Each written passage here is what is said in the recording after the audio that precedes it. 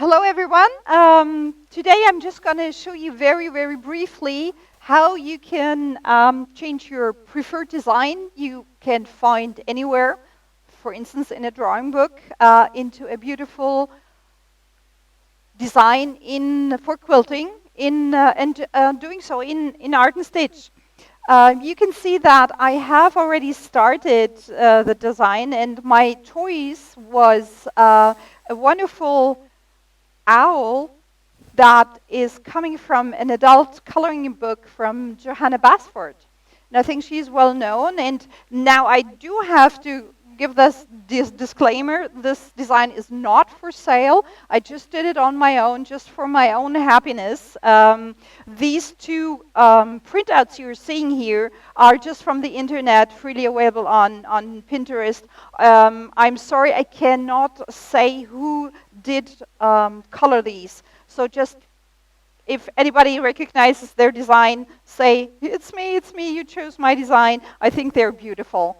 So this is Johanna Basford, and I am just quickly want to show you how that is going to stitch out. The stitch out is running some explaining what I did, because of course the designing or the coloring and the drawing is different and not always suitable for quilt out, because it has to be continuous line. So the first part you're going to see, the first stitch out, will be the head. I did take up the brows. You know, the owl has to have like a sinister face. So I took that up. You can see it developing. That's the top part. The hardest part in having such a detailed design is, of course, that you have to have it continuous line. It is continuous line with some back stitching. You cannot do it, I would not do it completely without a jump stitch.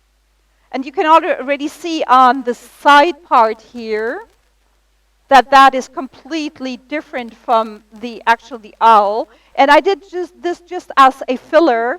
You saw the circle that goes around to keep that space, that negative space, a little bit down.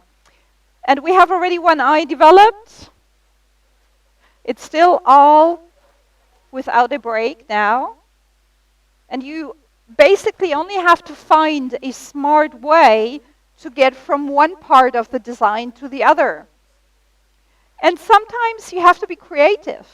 You have to change the design according what is best for a sewing machine or a long arm to stitch out, and not what actually has been drawn or colored. So I decided to do just 3 circles for the eyes. The beak now is coming.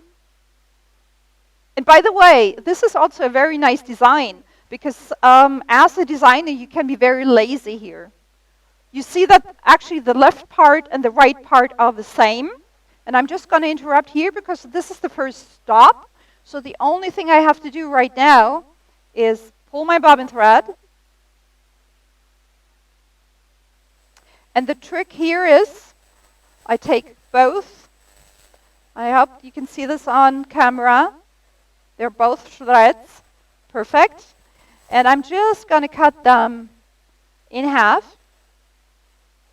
And then if you go back to the screen, perfect. No, here on the sew ahead screen. I'm sorry. And I just press OK. The design goes on, and the machine will move to the next starting point. OK. I pull my bobbin thread.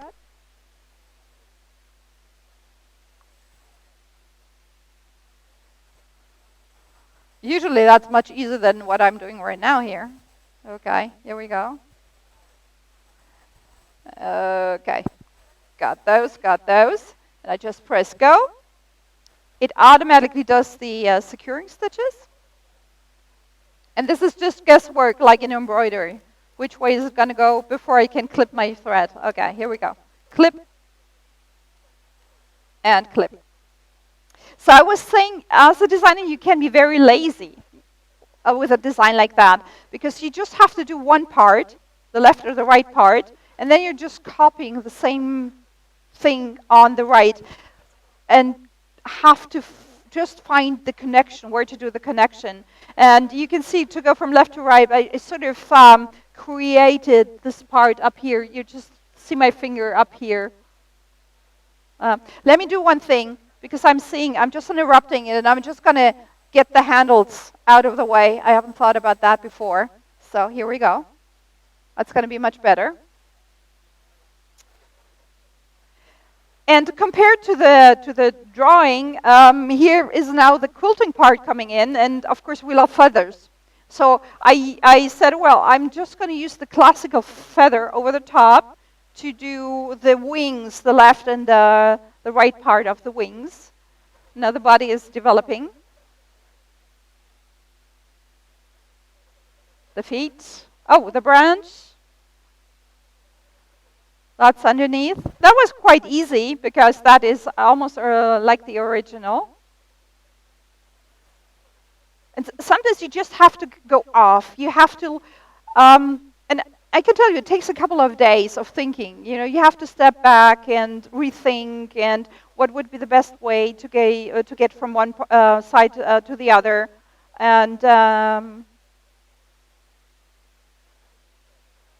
it's just developing.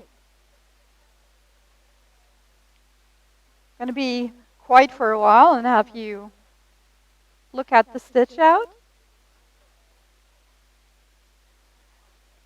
Getting to the other part of the body.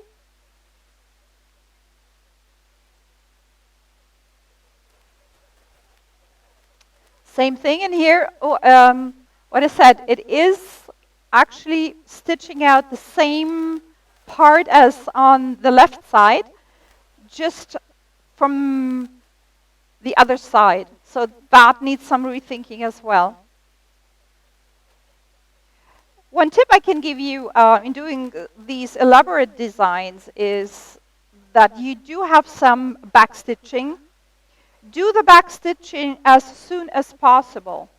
That meaning, if you have, let's say, the complete top part stitched out, and then you're stitching down here, and all of a sudden, still you have to stitch something out on top of here, and you're using your lines to go back up, the quilt will already have shifted. So that is not a good thing to do. I would prefer always a jump stitch. And this is actually what I'm doing right now. So it's the same procedure as before. I'm just clipping the threads in the middle, move the machine on. It is going to the next point. I pull my bobbin thread, hold them, and just have to say, go on. It will do the securing stitches and do the lower part. Again, feathers, or a feather type. Once you have them, actually, once you have the form, you have this design, you can take parts of that and actually copy it underneath and just resize it. I know I'm saying it's easy and just, and you're going like, oh my gosh, how am I going to do that? Just try it. Believe me. Once you get the hang out of it, it's very easy.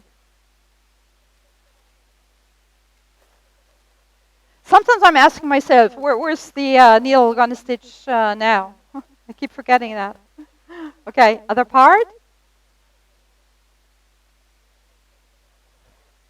We're almost done with the owl. Oh, it's one part is that if you were to stitch out on a white fabric, you can actually go afterwards and color that out, just like in the coloring book with Inktense or other colors for fabric.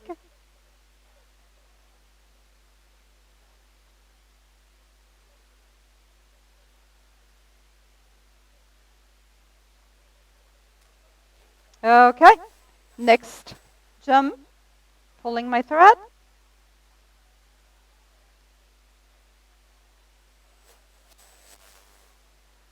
Going on.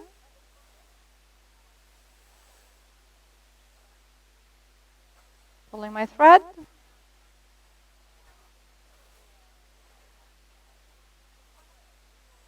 And we go on. Now is the counterpart to the left. That's going to be very quick. And then we will just start to show you how the wreath is being stitched out. But we're not going to show you all of it because it's would be quite boring to see all of it. I'm just going to show you the next jump. Here we go. Needle up. Get your top thread. Get your bottom thread. Cut in the middle. Press go.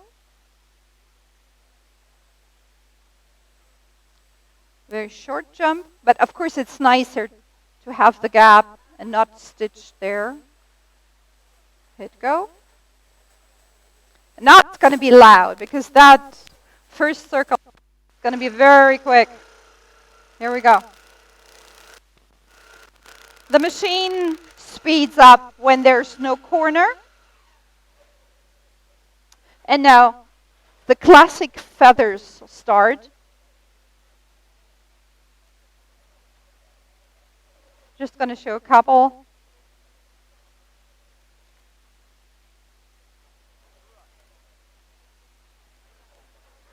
My cameraman just said, we have a couple of minutes.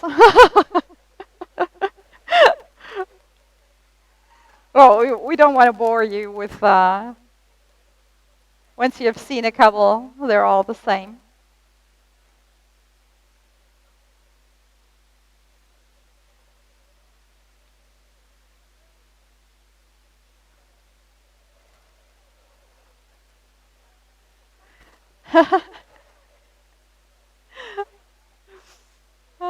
Some mesmerized customers here. Oh. You're welcome. Okay. I think we can stop here because that's the feathers will go all around. It's going to be all the same. I think we can post a photo of the finished stitch out next close to it. Okay. Thank you. Bye-bye.